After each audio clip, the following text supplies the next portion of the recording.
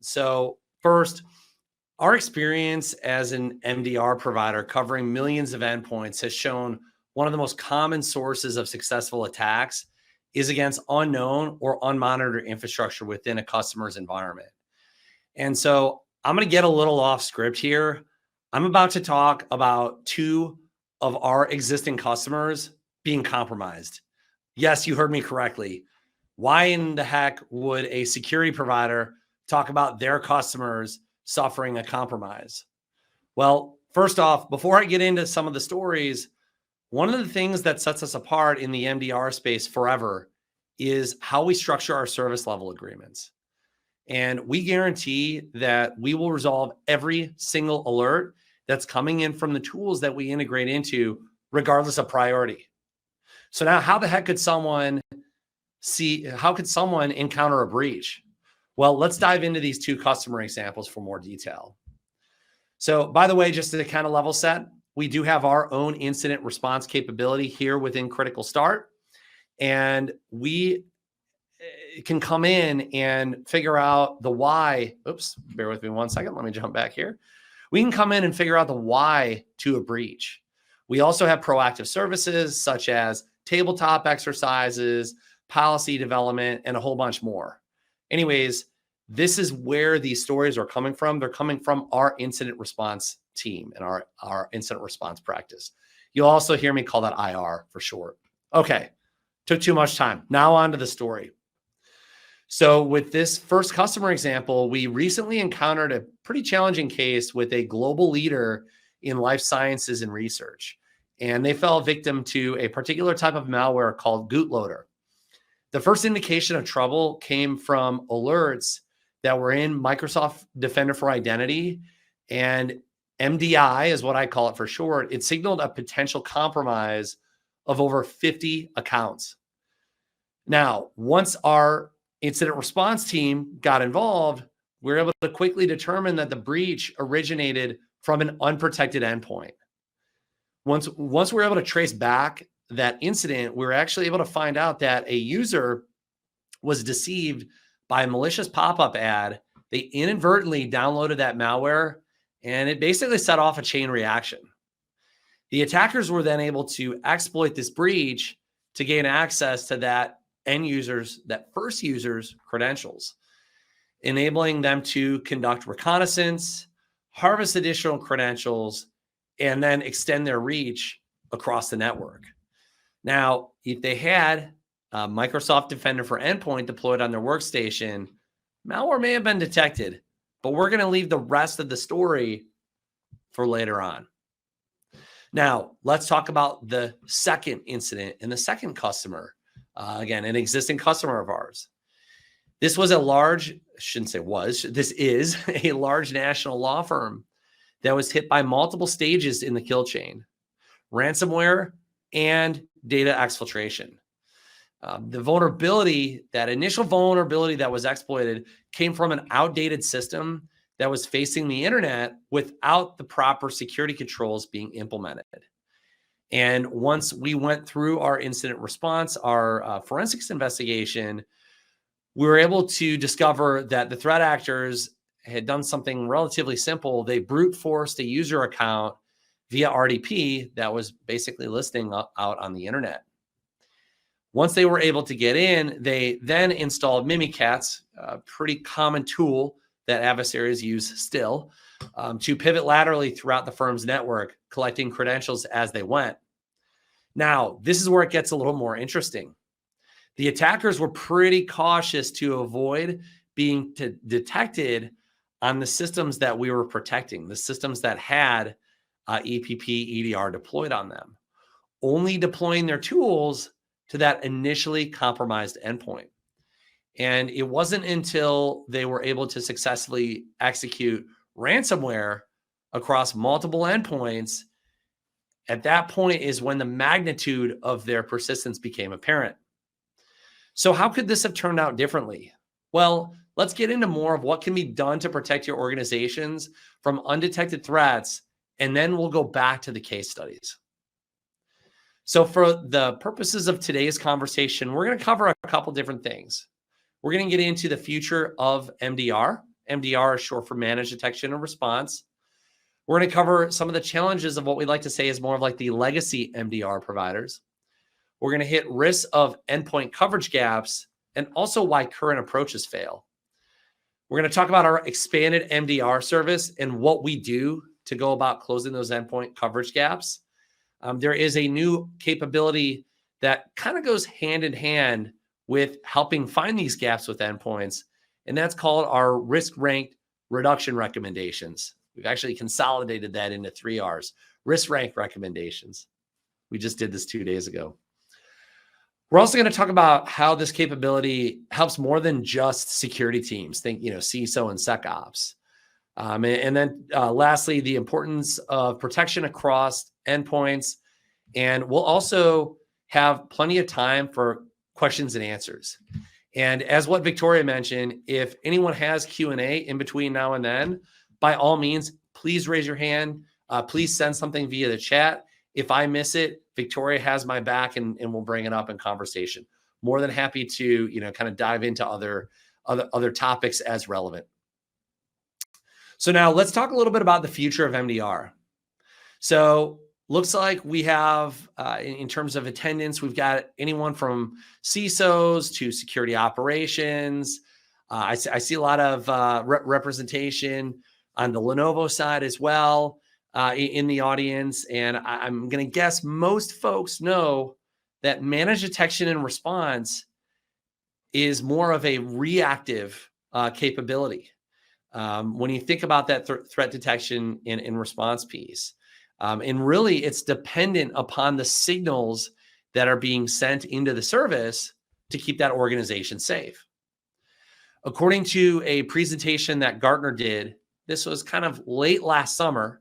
It was at their Security and Risk Management Summit. They noted that the future of MDR, it was one of their exclusive MDR analysts.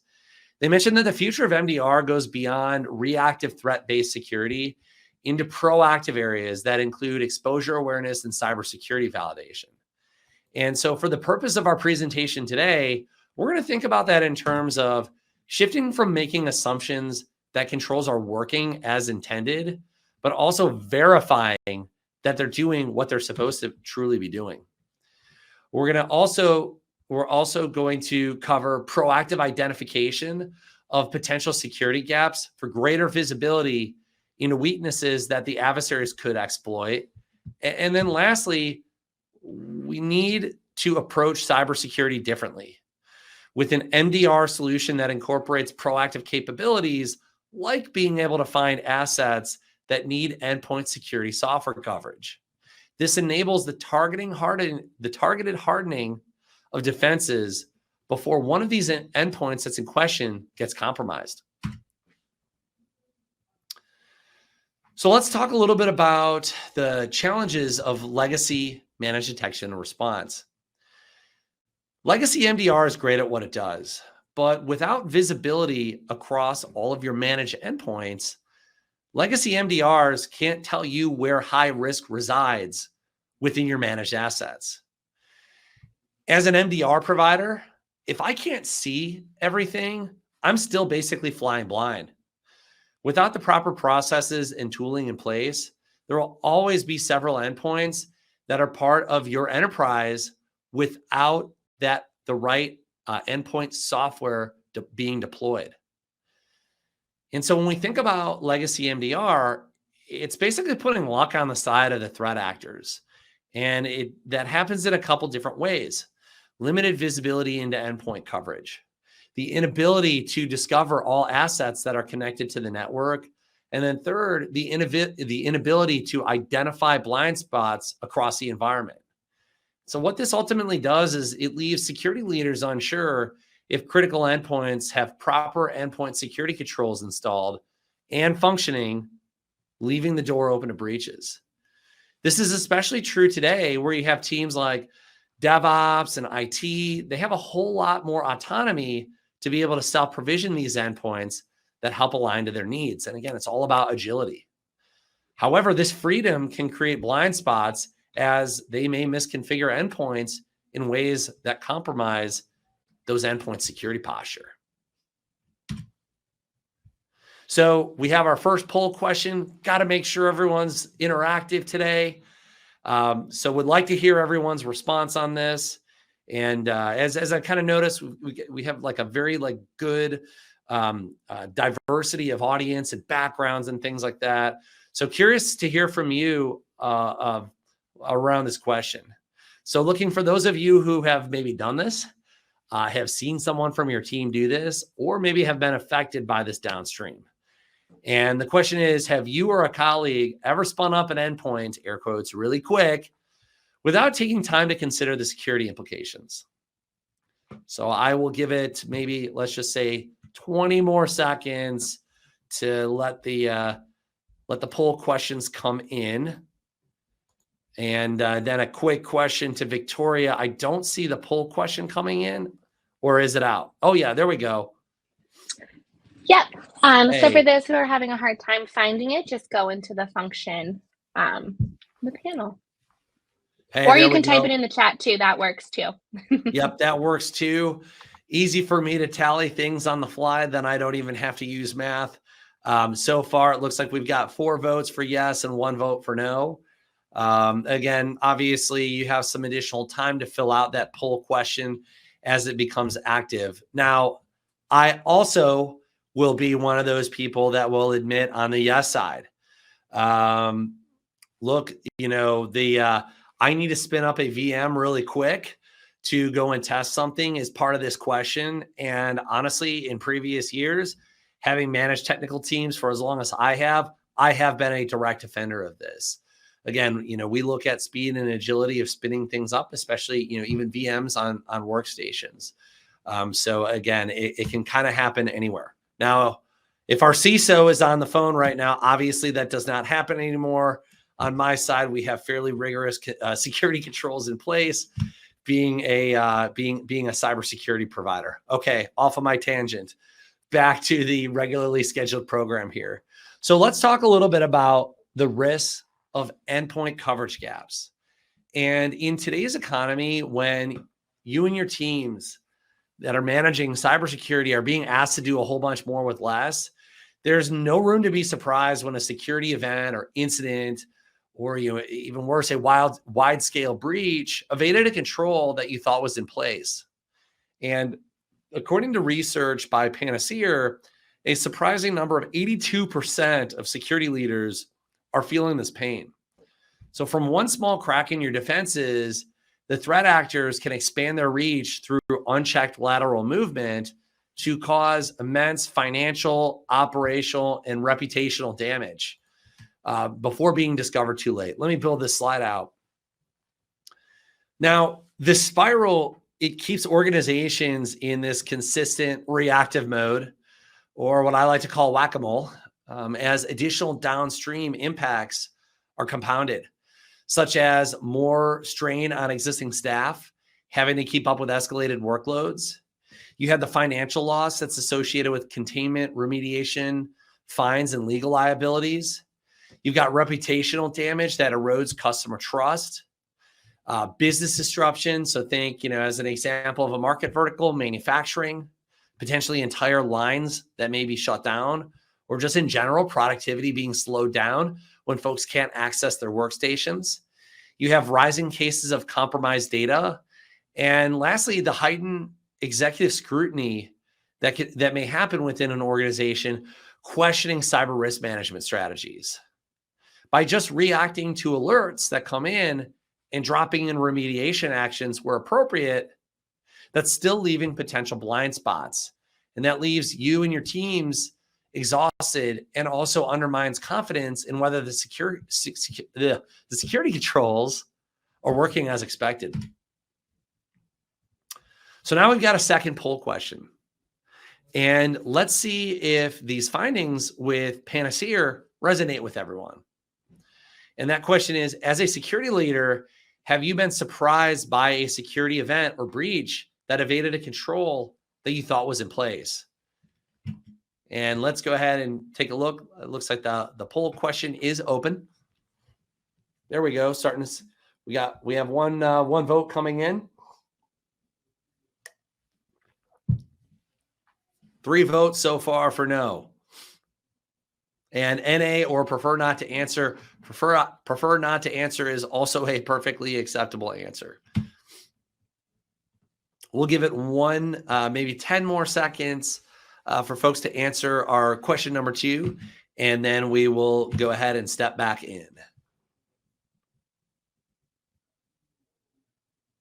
All right, on with the discussion.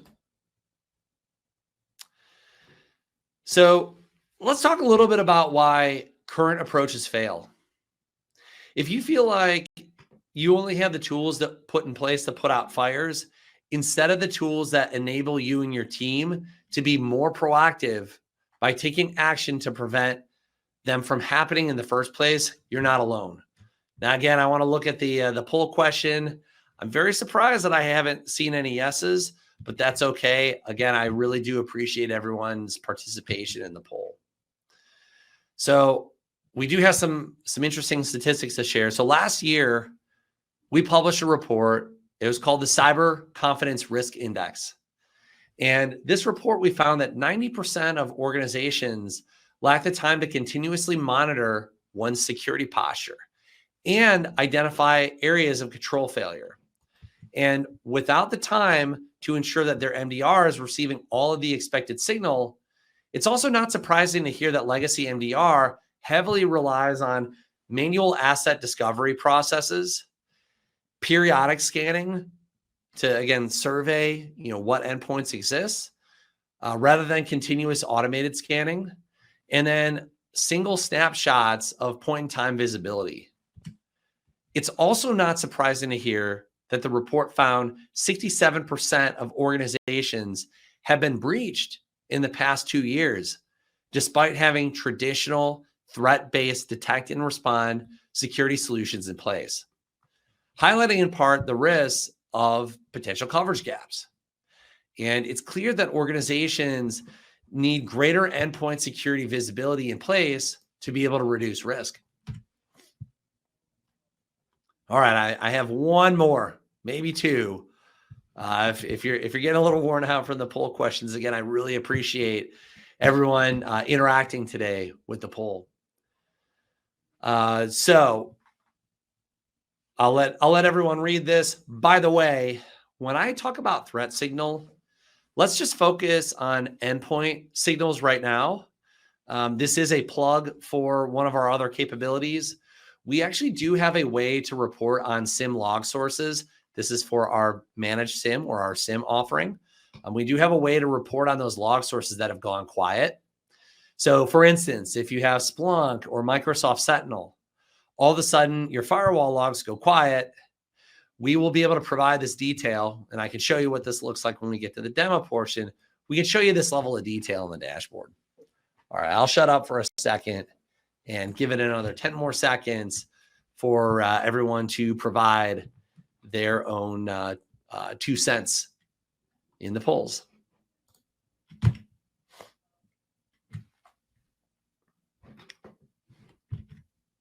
All right, excellent. Well, then moving right along.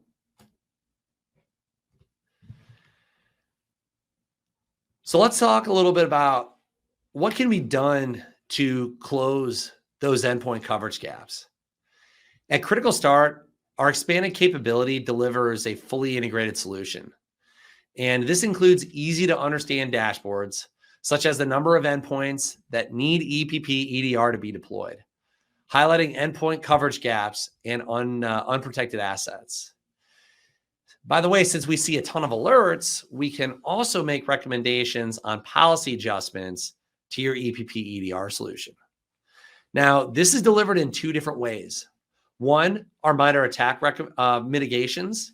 I'll show briefly what that looks like a little bit later, as well as our cybersecurity recommendations. Now, we're able to take MDR to the next level by increasing visibility within an asset inventory, and find ways to improve policy within your endpoint solution. And what we're doing is we're ensuring that the SOC is receiving all of the expected threat signals. You also have the ability to see priority ranked risk recommendations. Now, what this does, what these new capabilities do, it exposes risks that legacy MDRs miss. And again, what we do is we're helping security teams dramatically reduce risk with benefits, including optimizing their MDR and hardening defenses with actionable insights to remediate endpoint security coverage gaps before they become points of entry for the adversary. So how does this capability for endpoint coverage gaps work? Well, the first step is we need to get the data in. At a minimum, you need to configure at least 3 key sources for this to work. The first source is going to include your vulnerability management tool.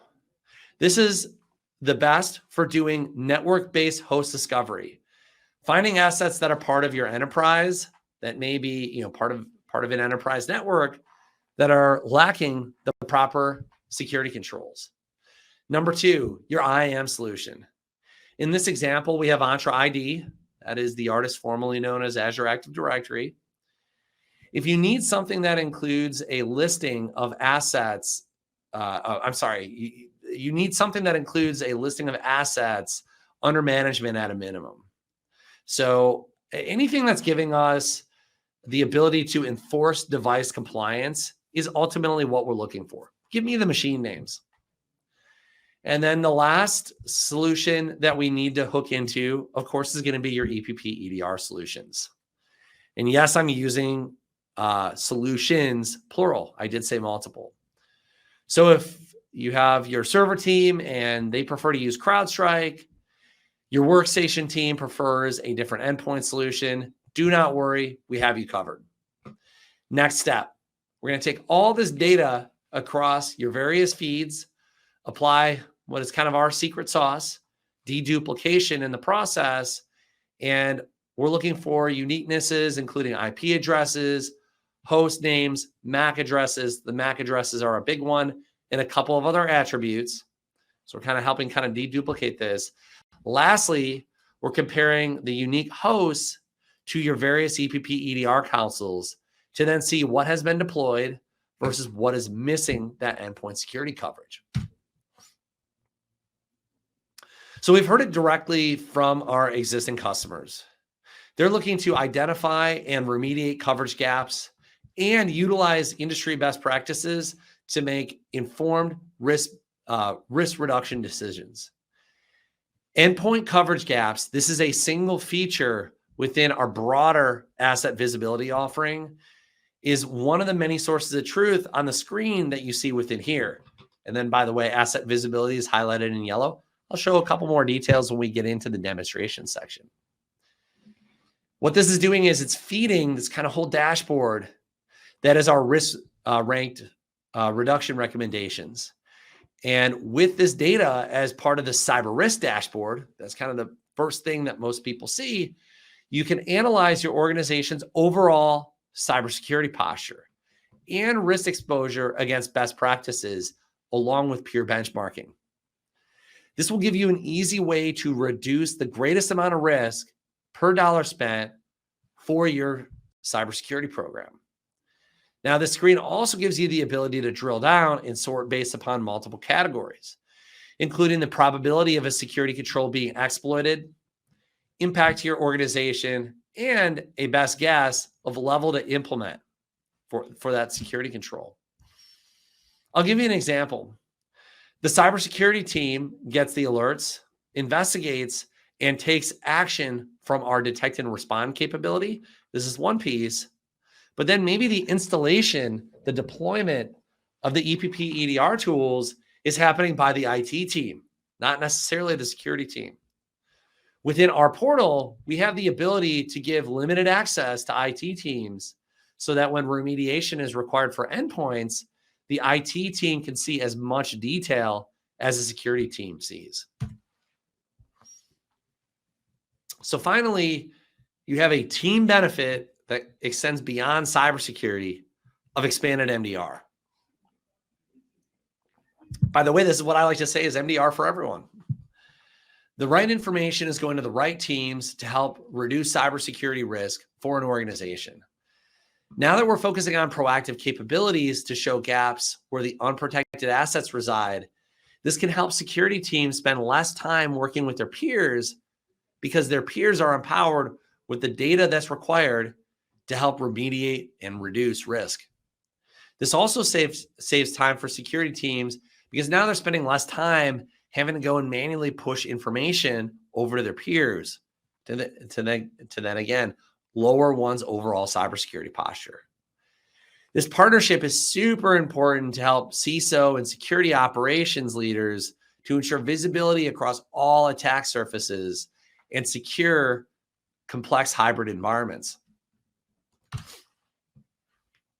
So now we're going to get back to our two stories that we started the discussion with. Both incidents underscore the critical importance of comprehensive protection across endpoints. So if we think about case study number one, if the initial endpoint would have been safeguarded by an EDR agent and they had our capabilities coupled on top of that, that bootloader malware's impact would have been confined to that single system and significantly mitigating overall damage. Now, when we look at case study number two, the fact that the hackers only were able to access unprotected systems, that highlights a key aspect of our service. We were effectively safeguarding the systems that it was deployed on. Again, there's a lot of other conversations that can be had on lateral movement, but the fact that they did not go and mess around with any of those other systems, giving us indications of compromise, again, really kind of proves that point. Had the initial point been a point of breach, been under our protection, the early stages of that attack, such as the unauthorized downloading of hacking tools, that Mimikatz, and credential collection, that would have been detected, preventing the extensive compromise that then followed. And that's why it's really it's time to go for an MDR that brings visibility to endpoint security coverage gaps that would have otherwise gone undetected. So now I am going to quickly shift into our portal demo. Give me one more moment here, because I want to show everyone what this looks like live as we go through this. By the way, I will be also monitoring the chat. I have not seen anything come in yet. If there are any questions, please submit those via chat. So the first thing that we're looking at, this is our cyber risk dashboard. So this is typically the first thing that our customers see when they log in. This is going to be an aggregate view of one's overall cybersecurity program that is part of our managed cyber risk reduction category facilitated by Critical Start. So there's a couple of things I want to call out. We do have some other new capabilities. This is part of our MCRR strategy. We have the ability to facilitate risk assessments. So for instance, those of you that are familiar with NIST CSF or SP 800-171, there's a couple of other controls frameworks that we align to. We have the ability to facilitate assessments and the data gathering that's associated with those assessments. Not going to spend that much more time on that piece. Where I will spend more time on, though, is our endpoint security coverage gaps. So this is part of, kind of right front and center, part of our cyber risk dashboard. And what we're able to see within this panel are the number of hosts that need EPP EDR to be deployed for this customer example. The number that we have is 438 endpoints need something to be deployed. By the way, in one of our poll questions, I had a plug for kind of that quiet data source monitoring, or when log sources all of a sudden go quiet. Let's say you're, in the example I used was firewall being fed into SIEM. It's going to show up right within this panel as well. Again, this is a demo environment. That is the reason why we have a whole bunch of different SIEM platforms that have been configured as part of this. Now, jumping back to asset visibility.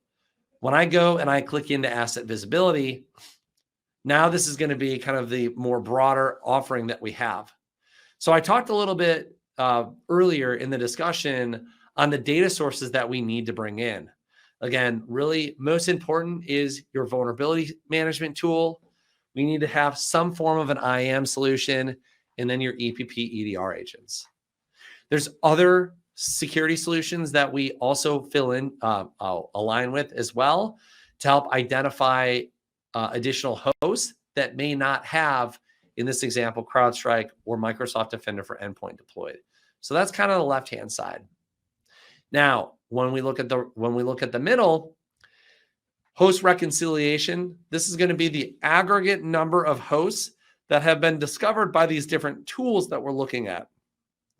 When we take that aggregate and we apply our special sauce, that's where you're getting that final number of roughly 3,000 plus unique hosts that have been discovered. By the way, as an aside, I've had numerous conversations with larger enterprises, just understanding, what is the process that folks go about surveying assets and ensuring that they have the right the right coverage, the right software deployed. And it can be all over the place. Yes, there are other tools that just focus on this market segment, but what I've also heard too is this has been managed with spreadsheets. I've heard actually 2 stories that involve hiring an intern over the summer and then working with different tools and then going and having conversations with different stakeholders throughout an organization to then identify those assets. Again, the whole purpose of what we're looking to solve is to take data from your existing tools, bring it in to our solution, and then help find those hosts that ultimately need to get EPP EDR to be deployed. And the number that we see within here is 438. By the way, as I scroll a little further down, we're able to look, this is a SAN key chart. Again, just a different way to understand what has been deployed, kind of what those different numbers look like, and then what coverage looks like.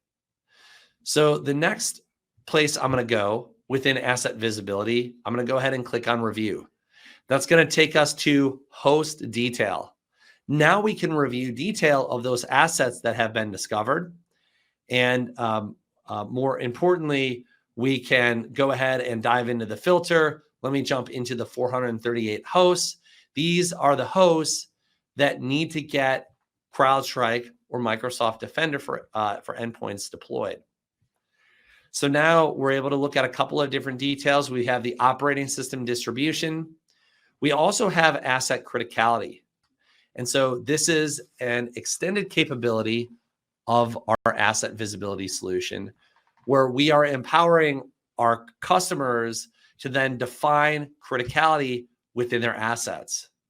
So if you think about a partnership with Critical Start, one of the first steps in the process for those that do have extended asset visibility capability, when we're going through onboarding, at this point is when you would be defining what are the tiers, and the way that we're set up is tier 0 through 4. What is that level of criticality for each and every one of your assets that you have within your organization? And when we get into the definitions, tier 0 is going to be an example of something that is woven into an asset that's woven into the cybersecurity framework of your organization. So think if you have on-prem domain controllers, root certificate authorities, anything that is uber critical to how cybersecurity kind of rolls within your organization is going to fall in that category. And then again, we have documentation on guidelines for how we have this configured as well. So I'm going to go ahead and make a change, but to the classification of this asset. But I do want to call out a couple of other things. When we're looking at the host details within here, we've got the normalized view. That's an aggregate view.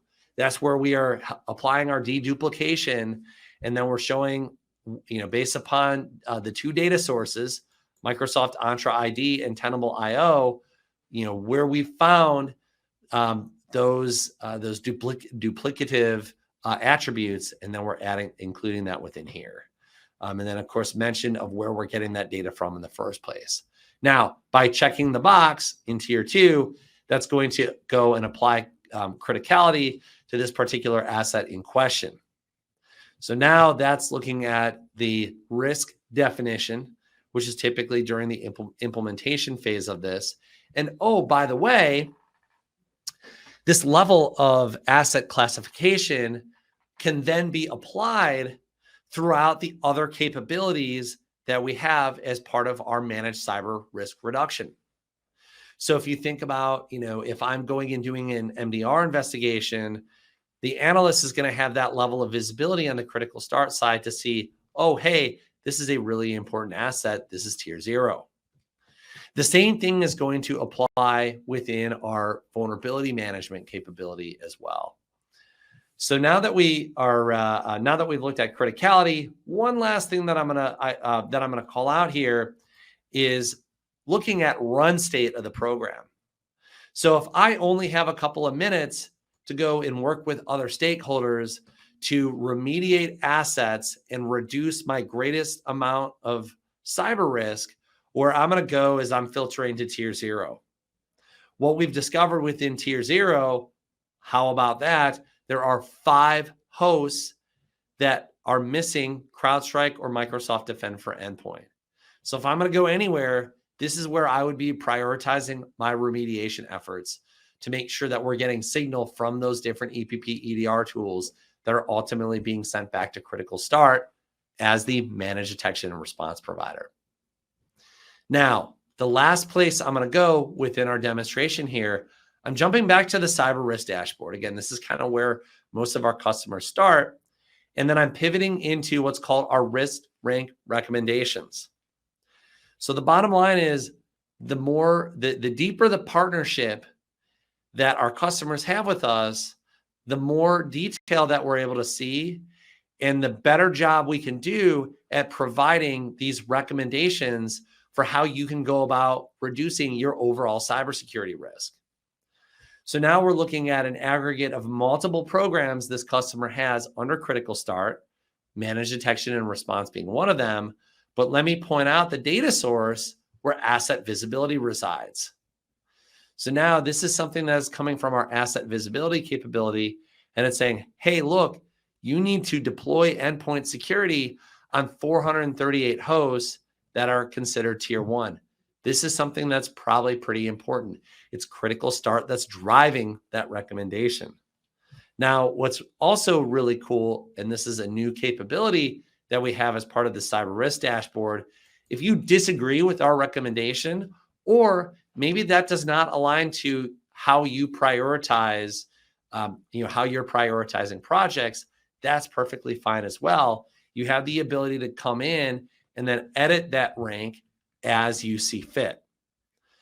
What this is doing is this is truly enabling you to have your own risk register powered by Critical Start and a mechanism to be able to track projects, look at remediation. You also have the ability, again, in certain situations, to look at peer benchmarking, where your peers are ranked against a cybersecurity control versus where you sit in terms of maturity levels.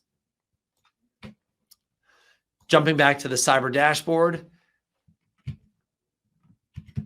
and I probably should go back to our own PowerPoint here, flipping into really kind of the conclusion of today's discussion. Endpoint security gaps create extreme risk. And this is why taking a proactive approach to confirm that endpoint security controls on both the installation as well as the policy side are intact is key for reducing one's overall cyber risk. With expanded MDR, security leaders can uncover and remediate these gaps to optimize detection efficacy, to work smarter and keep their organization safer. Thank you to all that joined me today to discuss how to maximize defenses with Critical Start managed detection and response, and to address challenges by putting the right controls in place. I hope everyone enjoyed some of the thoughts that I had on the topic and can certainly address any other questions that anyone may have. And again, thanks again.